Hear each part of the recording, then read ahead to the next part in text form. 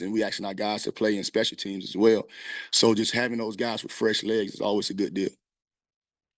Coach, how close is TJ Metcalf to maybe starting or getting extensive playing time? TJ is a guy I think probably one of the guys who's made the biggest jump. To be honest with you, and we see him as a starter. You know, he's gonna play. He's gonna play a lot. He earned that right. You know, you watch him work his tail off on the off season. You watch him while we at practice working his tail off as well. So he earned that right to go out there and play. You know, like I said, starter or coming off the bench. I don't really, man. If you're playing, you're a starter. That means I trust you with with the paycheck, right? I'm putting my house note on you if you play on that field.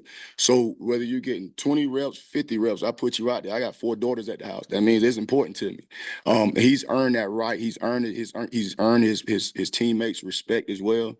Man, he go by it the right way. Him and his brother, like it's a good bloodline.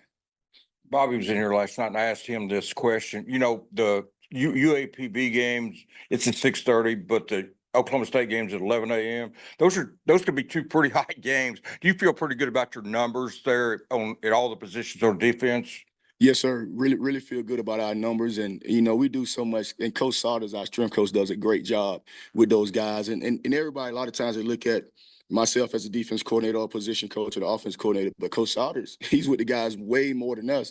And that work that they put in during the summer, like they do a unbelievable job. It was really good seeing them come to fall camp, and you could see the work that they've put in. A lot of times you get there and the guys are like still tired. I'm like, well, they've been doing all summer. Not with Coach Saunders. Like those guys was ready to roll, and he and his staff do a great job. Coach, going back to the linebackers, Bradley Shaw being a freshman that got here over the summer, curious where he's grown the most over throughout camp, and is he a guy that could be in that linebacker rotation for you? Yeah, he's a special talent. He can play. He can play. He's his football IQ is just out of this roof. You can tell at his high school they done a great job with him. Like I said, he doesn't say a word. When he's on that football field, he's a different type of person. But he could play all different positions. For him to be a freshman and us moving him different positions, and so he could play both the money and the MAC and different things like that. I mean, he has a bright future. He's gonna be a guy. He'll play. He'll play. And on that versatility aspect with Switzer and Worth, I'm curious now that you've gone through a full camp with them, do you kind of have a better feel for kind of how you're going to utilize them this season? Yes, sir. I do. We don't want to say, but yes, sir. Yes, sir. Coach, you were able to retain pretty much your entire defensive staff for a second year back. I wonder what does that do when you go to like installing stuff in camp and kind of the familiarity of it all? It mean it's like unbelievable difference because you don't have to reteach it. And even though these guys been coaching 20 plus years, it's like it's different systems. So you're not reteaching something and say, okay, this is how I like it, and da da da da. And they had a different way. Like, no, this is the way we're gonna do it. Like everybody like is on the same page of exactly how we want it to be done. And it's always good to retain those guys. So I mean, it's outside of football, even like the wives and like okay, my wife like she's expecting September 14th. Hopefully the baby come sooner than that. Well, they had the baby shower yesterday that Chastity Woodson and then Deke Adams, Miss Alexis Adams, they put on and had all the wives there. So the football part of us staying together is awesome on the field, but it's awesome for the wives to be together as well. So the whole thing is, the wives got to be happy as well. But man, we got a good group of guys, love to come to work, and man, we get in there each morning. We're gonna pray. We'll do our devotion as a defensive staff, and then we get into football. So it's fun being around those guys and being around good people. And I know you talked about Dix when we talked to you the other day, but now that he's had a full camp, what's your take on how he did in preseason practice? Your expectations for him? Good player, and he's in that box, he's a run-stopping joker now. He can kick, diagnose, has good movement, got good eyes, very strong and powerful. He's been a really good addition for us, and he's going to play as well. So we got a good thing. We got a good thing. We'll be able to rotate guys, and he has a lot of playing experience. When he was at Florida State, he was a freshman All-American, and he was at Marshall and did really well there. And now he's with us, so he's a guy with a lot of experience. So when you go out and you say, okay, you're trying to get a position, what do you need? You know what? The first thing we looked at, okay, when we go in the portal, because we have to go in the portal, we got to get a guy that has a lot of experience, and he brought that experience to the room. Yeah, Coach, back here. Curious, now that we're about 3 or so weeks into training camp, what's something that you've learned about this year's team that's different from last year? And that's a good question. I like that. All the questions was good, by the way. But you know what? It's really good to see the guys gel, because you bring in different pieces of the puzzle together. So like Fernando, I mean, and he's on the offensive side. I like to watch that kid. You talking about a leader. I like to watch him lead those guys, lead the offensive lineman. Taylor, our quarterback, just watching how he leads, and so you come over to defense. You got Anton that's bringing his leadership and his experience coming in, and you got Switzer and Cuddy. Cuddy likes the whole room up, So I really like the leadership of our team. And just those guys being so close. So you watching, you could just see, okay, these guys like each other. The group that I really like to watch is the defensive line. They got a special type of bond. They during spring break, they all go to Miami together, like all of that. I mean, it's pretty cool to see, and just seeing what Coach Pittman has built here. And you see those guys are buying into it and how close those guys are, how close the staff is. It's really fun to watch. Thanks, Coach.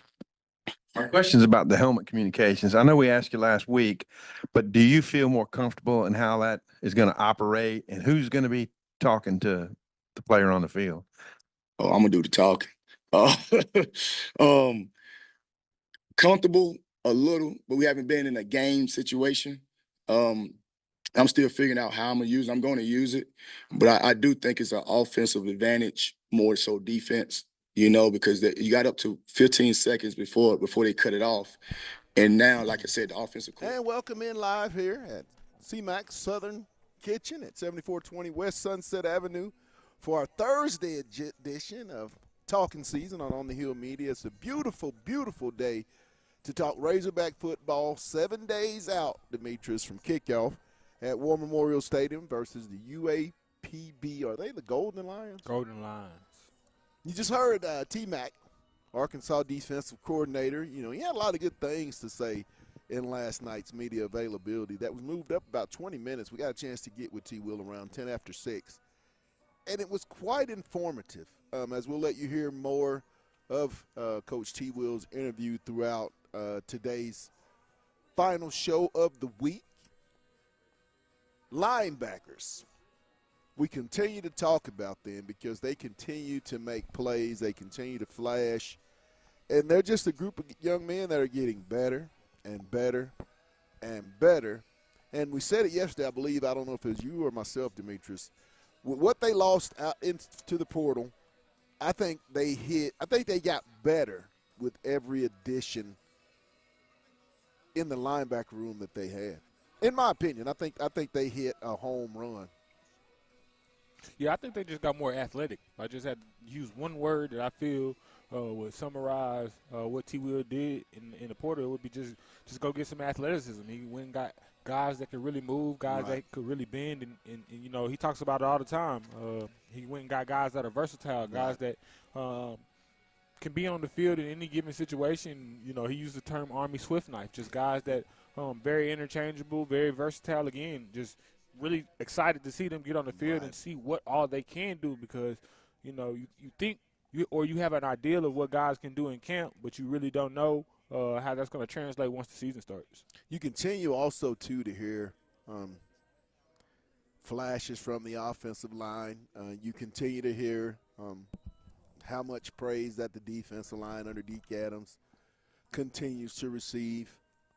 You continue to hear people flashing at the wide receiver spot, and then just how much bigger, faster, and stronger they are at the running back spot. And then it's that old steady position that we really don't talk a lot about, but has a plethora of amount of talent, and that's tight end. Luke Haas, Ty Washington, Barkeith Gum, Shamar Easter, my big guy Peshke, I believe that's his name, the transfer out of Louisville. Those are 5 guys. What you will see this season, I think, a week from today, is a lot of players playing for this football team. And as you go through the season, Demetrius, that's going to do nothing but help with the depth, with the health, and just the psyche of the football team, I believe.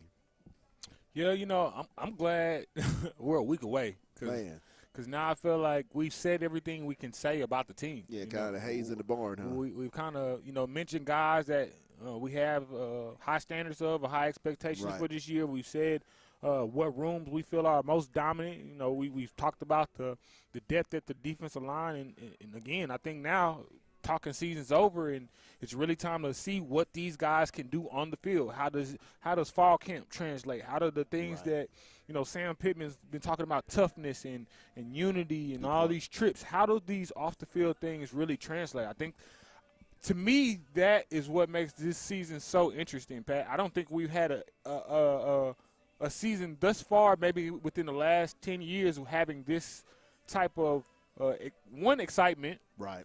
and then two, questionability about what and where we are as a program. Because I feel this will be a make or break year for the future of Arkansas. I really do. I think when you talk about the new age of football, when you talk about NIL and now your program having to not only have the money, but also have to have the brand to go get these guys, I think Arkansas is at a very, very pivotal point, and they can even be at the top half of college sports in football, or they can be in that bottom half. And I think this year is gonna kind of swing the pendulum of which side of that we're on. All that, it's just an interesting year for this upcoming football season with how the season ended last year. And let's be honest, it was a poop show. Let's just be honest about it. And it was just culminated with a very, very embarrassing performance in that Missouri game at Razorback Stadium.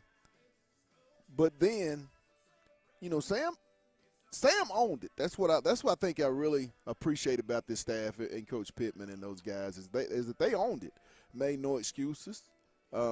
They went to work, they rolled up their sleeves and realized that they had to get into the portal to get the type of guys, to have the type of team, to go to where they're trying to go. And like I said, I'll say it again, I will continue to say it, I think they hit a home run on every single transfer portal young man that they brought in to this program.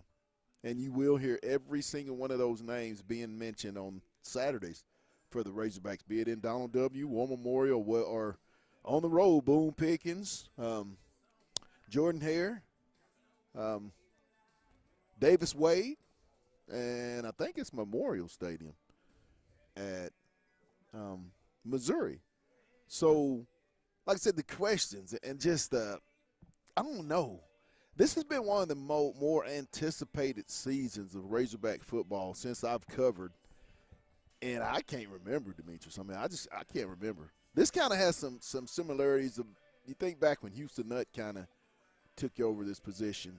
I'm not saying kind of that, but some of the similarities that there was a lot at stake in that first year, but they had the mature team that I think got Houston jump-started. I think this is going to be the mature team that's going to get Sam's program really jump-started for the future.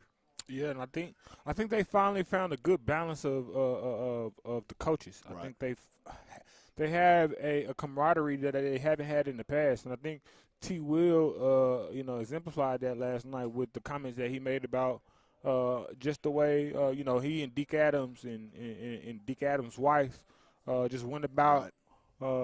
Creating a baby shower, creating an environment for these coaches' wives, creating a family environment outside of football, and those are things you love to hear. I just hope those things correlate to the bottom line, which is wins. Like, those are good stories, and it's beautiful to hear, and I love it. But I want to know, does that get us over the hump? I have I'm really convinced. I didn't know if I would be. Because what you see in the beginning in spring ball, I mean, it's all newness. Will it be consistent? And as the spring practices began to go forward and move into it, you kind of sense back then that there was a different little edge about this team, the leadership. And that's when you didn't have your full complement of transfers in your entire roster. But what you saw was Fernando Carmona instantly get here and start making an impact. Taylon Green instantly start making an impact. Those two guys, you just started to feel the connectedness and inclusiveness, and it's starting to translate. It went throughout the team. What you got, D? Nah, I just wanted to, you mentioned Taylon Green and your guy Dustin Barber. He said, I really think Taylon Green is going to show out. I see Matt Jones and Lamar Jackson type of QB. He has a great arm. Taylor is more of a pass first, run second quarterback, so I want people to kind of get that.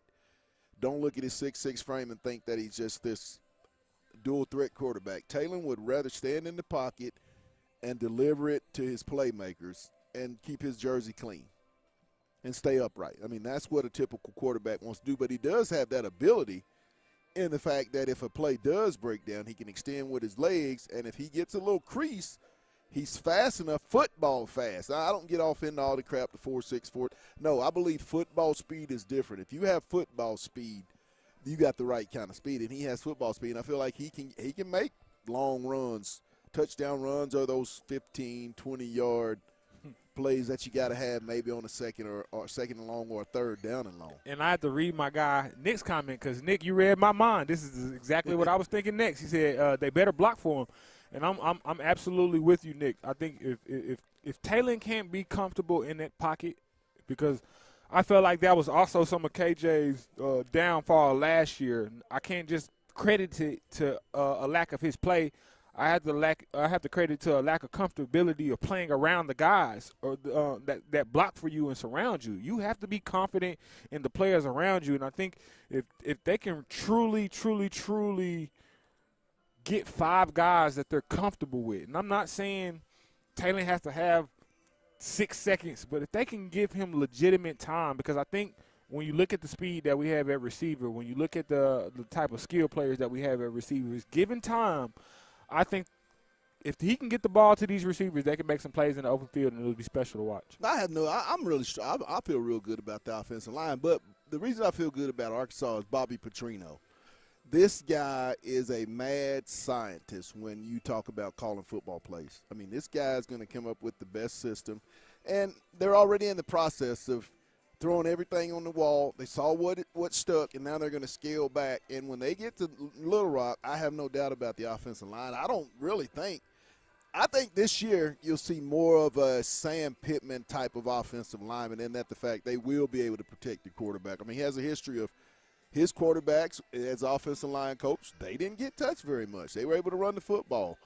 Very balanced. I think you'll see that. The fact that Arkansas is going to have so many really good tight ends, it's what's going to be the X factor for this offense, I think, this year. Yep. Having 5 guys you can throw that ball to in those seams, now those edge rushers and those linebackers are going to have to sit back and kind of play those flats, and I think that's going to alleviate. But the X factor for me, and the reason I feel so good about offensive line wide receiver, is Bobby Petrino. I mean, this guy's going itching to come back to Arkansas. And I'm going to admit, I wasn't a big fan in the past, but being around Bobby and this time as opposed to last, to me, this guy's totally taking a change, and I'm willing to buy in. I mean, I have bought into the Bobby Petrino Kool-Aid for now, and I think it's going to be a real successful mixture because the kids on that side of the ball, and even defensive players, they really, really, really believe in Coach Petrino and what he can do on that side of the ball. And we all know when the defense believes in the offense, that gives the defense an even bigger burst of energy to continue to play. And they're going to be playing a lot of players. I mean, depth, I don't think it's going to be a big issue with this football team. We got another comment from Dustin Barber. He says, we won't know anything about that O-line until OSU. I agree. I disagree. I totally agree. I don't think it's disagree. enough. I don't think it's enough at UAPB I disagree. to get a good understanding. I mean, Arkansas is just going to out-talent UAPB. That's what that's going to be. I don't think OSU has the type of lineman we're going to see, and I'm going to tell you, I would agree with you. We won't truly see, and this is me. We might see at Auburn, but I don't think we see a good defensive line until we go play Texas A&M. I have a cousin that plays on Texas A&M defensive line, David Hicks. He was the #1 recruit out of Texas, and those guys are loaded at defensive line. Yeah, they got some good ones. They got about 3 or 4 guys you're gonna see on Sundays. Yes. Playing. Yes. And That's a possibility. and not only playing, I'm talking about competing at a high level. That's a possibility. And I'm saying that to say that's going to be our first true test when you talk about you have a group of defensive linemen, not one guy. I'm not talking about OSU having maybe one guy that might give us fits here and there. I'm talking about 4 down linemen that are going to cause fits. I don't think we see that to Texas A&M. If you're just now joining in, we're down here live at CMAX Southern Kitchen at 7420 West Sunset Avenue. It's our Thursday edition of Talking Season here on the Hill Media, and we're talking Razorback football as we're a week away from the Arkansas Razorbacks and Sam Pittman kicking off the 2024 season. And, boy, the question marks, the anticipation, you could think of any word to associate with this upcoming football season, and probably that word would have some type of I'm gonna use your old meaning. word. Was it? Parody. Yeah. Oh, definitely. I'm gonna use your old fate. You used to throw that Definitely. around a lot. It's gonna be a lot of parody in Yes. in this year. It's gonna be a fun year. It's gonna be a real fun year. It is. But to the question, Oklahoma State, I think you'll see it a little bit. I agree with Demetrius. I don't think you'll really see it until you get into the SEC defensive lines that this team's going to face. But you've heard me say it again. I'll continue to say it. I think Arkansas will have one of the 5 best offensive lines this year in the SEC. I think they have improved at the portal at both tackles and center spots. They got guys that's played a lot of football. Addison Nichols was just recently the starting center at Tennessee. He's played in this conference. And then you add Braun and Kudus and Robinson and those guys. I mean, and Tykees, you have enough. 9 guys. It's going to take, and people always think, we're not living in 1990, 1980. You can't just play 5 offensive linemen. You have to be able to rotate to play at the high level. And I totally agree with what Braun said a few days ago in the media availability that we had. You got to have more than 5. I mean, if you want to play at a high level. And Coach Mateos, Coach Pittman, every coach, if you've noticed, has come in that room, Demetrius, has mentioned about having to have depth and be able to play a lot of players in today's style of football. You got to have more than 22 guys that can go. I mean, Pat, when you look at not only SEC being the #1 college conference, from skill play, now you're talking about the #1 conference with budget. No, seriously, you're talking about the #1. You see what Nick said? What UAPB is the worst in college football, and yeah, they don't play defense in the Big 12. Absolutely right. Hey, Nick, keep it real. That's one thing. Nick's always been one of our loyal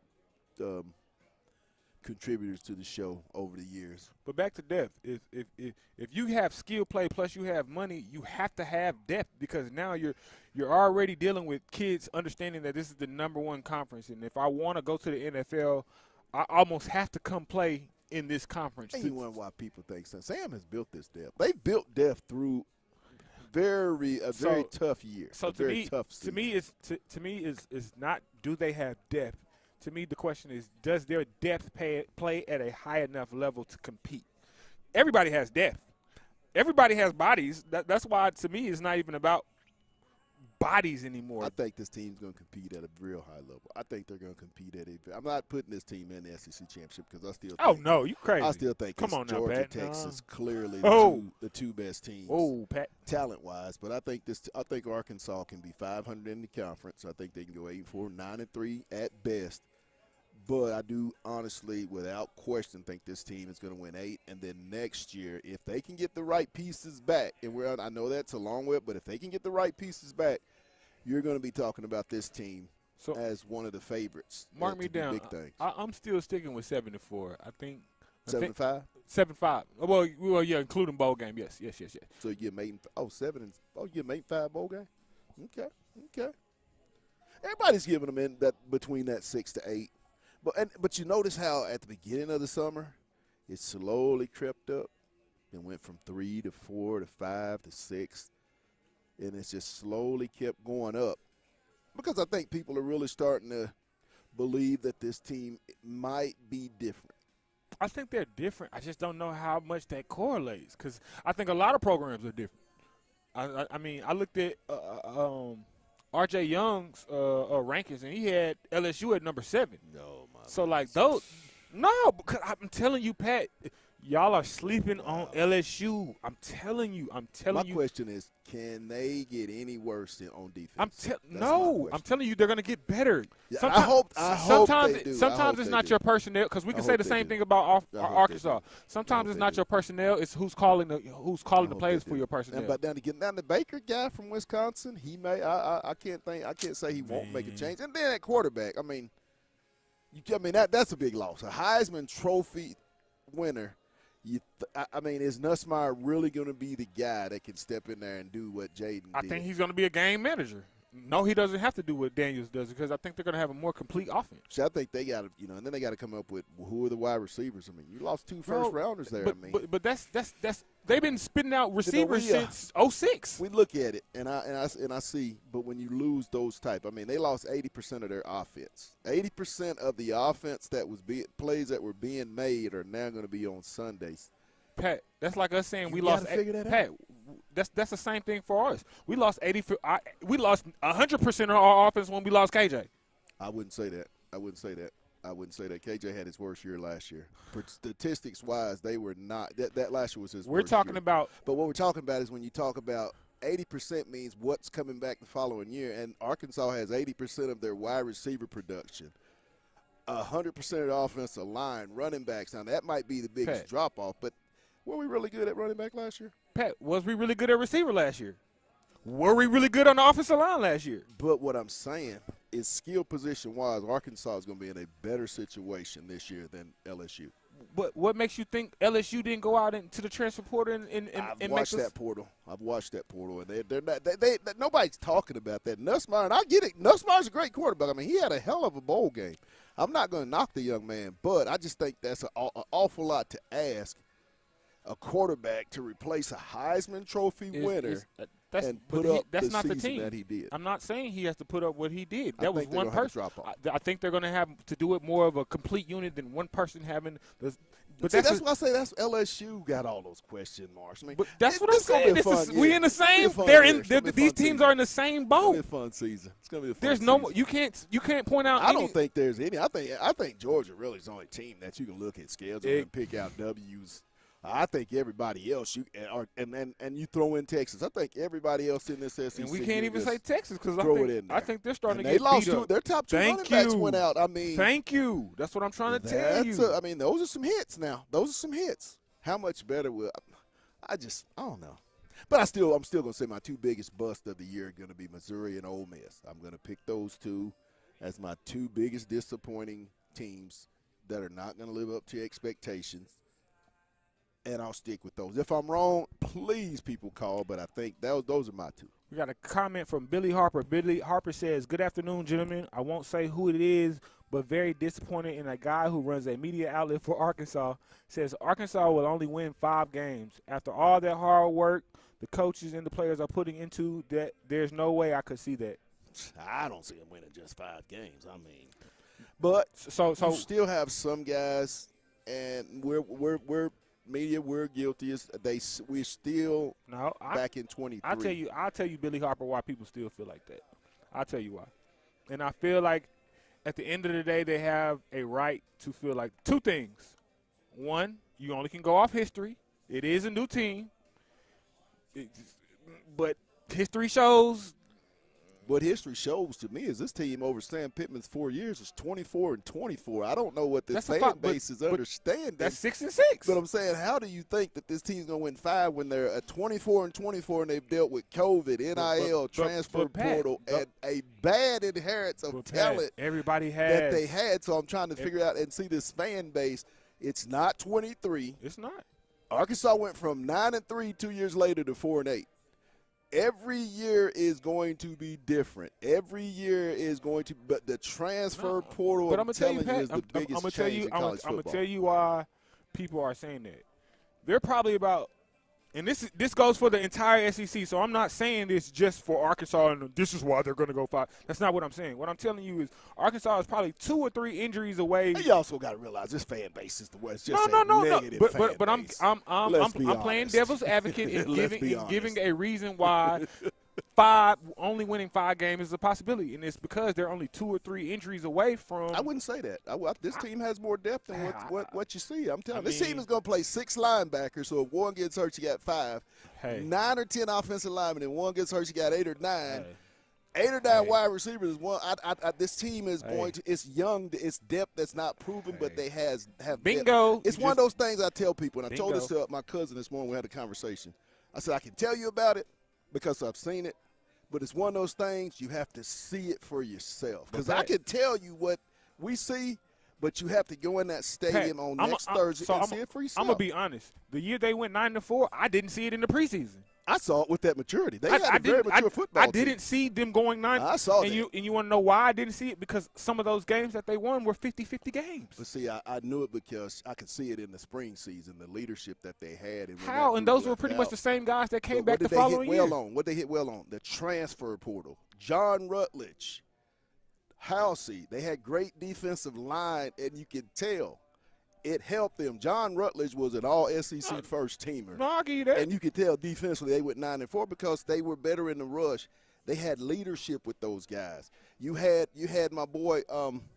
But Pat, a lot of those guys returned. What was my D-back? Are you talking about Buster? You had Buster. You had a better. Oh, Buster was here. You that had year. a better football. Well, you did have a couple more NFL players too. I get it. I definitely say that. You have a potential of, like I said, 13 guys have been invited to the Senior Bowl. They haven't played a game at Arkansas yet. 13 guys. That shows that these kids on this roster have high respect from the guys that make the decisions to play on Sundays. I get it. We have 13 guys, and you delve off into it deeper. Out of those 13, almost 10 of those guys are juniors. So we're talking about a very experienced football team. Sam Pittman, they were being loyal to the Bielema and Morris kids. But Pat, I think you had to be that way. Those are all projections. Like you had to be that way. We project things all the time, and that doesn't mean that people say they went 6-6. Arkansas was in 7 one-score games last year. 7 games of one score because they could not score points. They were losing. 7 games of one score. That's over half of your season, fan base. 7 of those 12 games were 1 touchdown or less. That's not a bad football team. That's a bad offense. That's a horrible offense. It's not. That's a horrible offense.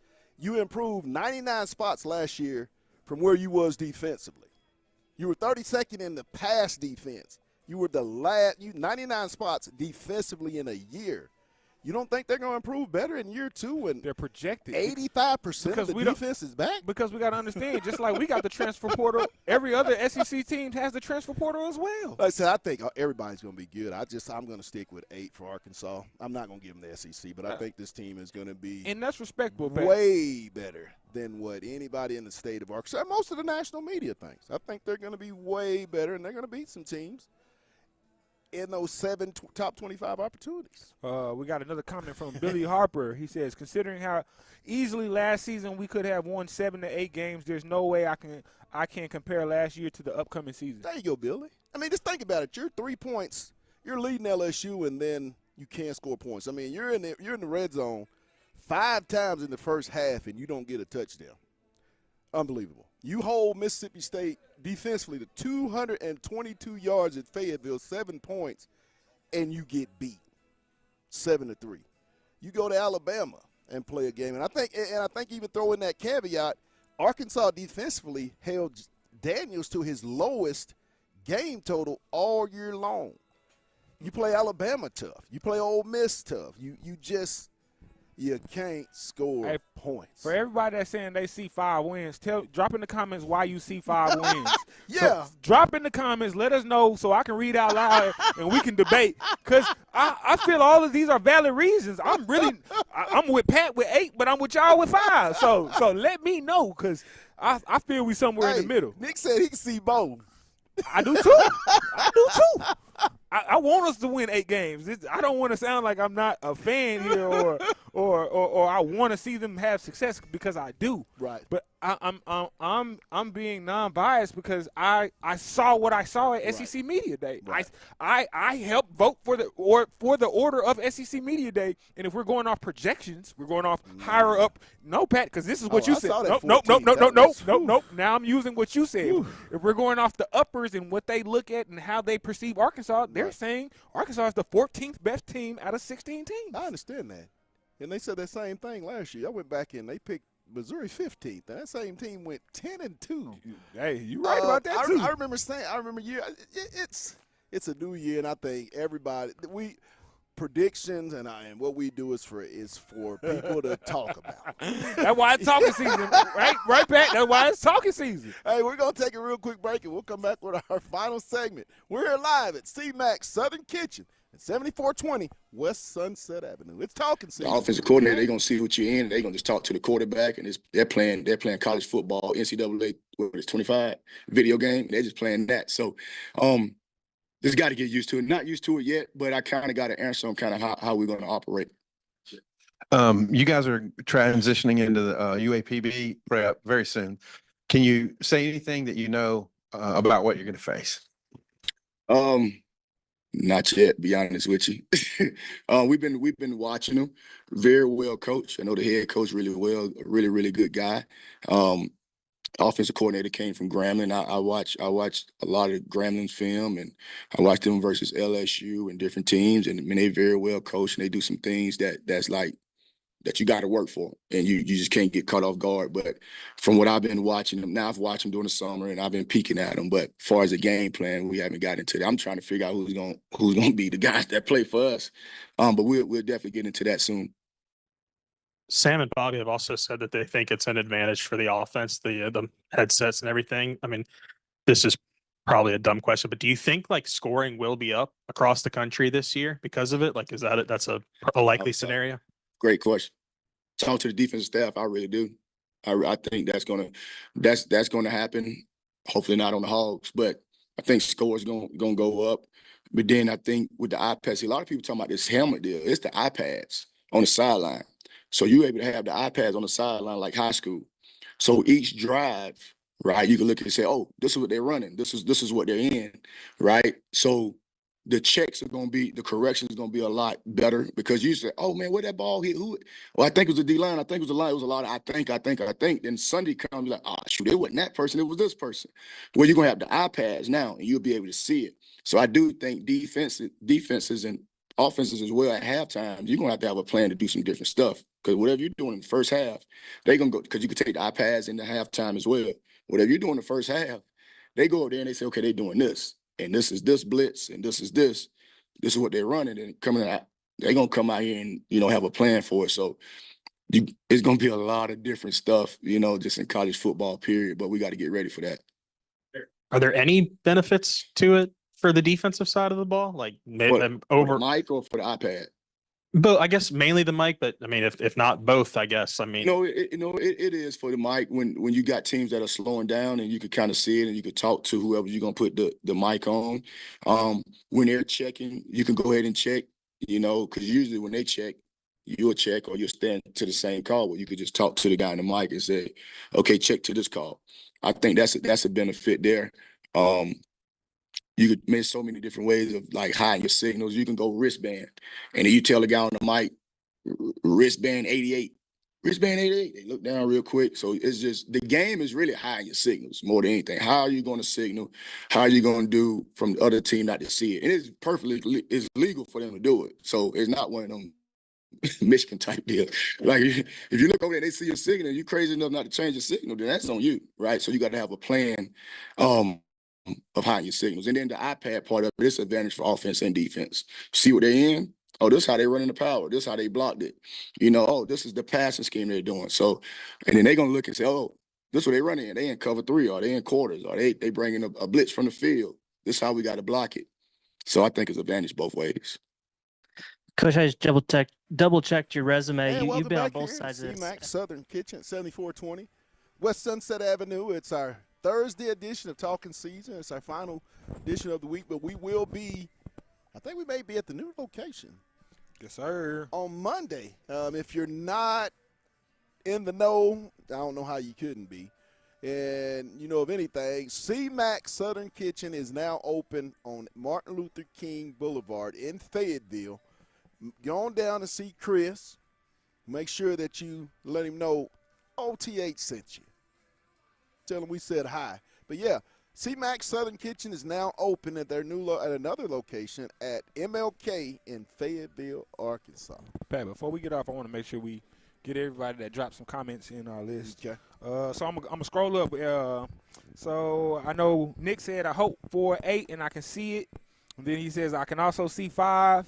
Then Mr. Billy Harper says should have beat BYU and Mississippi State last year.